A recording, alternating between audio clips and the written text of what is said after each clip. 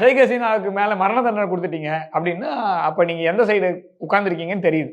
நீங்க வந்து காரணம் மரண தண்டனை எழுதிட்டு மேல என்ன காரணம்னா ஃபில் பண்ணிக்கோன்ற மாரி தான் இருக்கும். ஸோ நீங்க வந்து யாருக்காக இந்த கேம் விளையாடுறீங்களோ, அவங்களே அந்த நாட்ட விட்டு வெளில போக வேண்டிய சிச்சுவேஷன்ல தான் வரும்.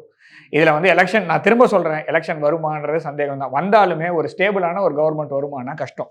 ஸோ இப்ப இருக்கக்கூடிய நிலைமையில வந்து Bangladesh has gone to a point where அதாவது ஒரு திரும்ப முடியாத ஒரு பாதையை நோக்கி பங்களாதேஷ் பயணிக்கிறது. இப்ப அவங்களுடைய எக்கானமி எப்படி சார் இருக்குது? எக்கானமி ஒண்ணும் இல்ல.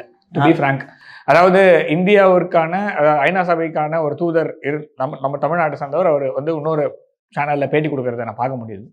அவருடைய கவுண்டர் பார்ட் பங்களாதேஷோடைய தூதர் வந்து இவர்கிட்ட ஃபோன் பண்ணி பேசும்போது இதுக்கு மேல இந்த நாடு என்ன ஆகும் தெரியலப்பா அப்படின்னு சொல்றதா அவர் சொன்னதை நான் கேட்க முடிஞ்சது.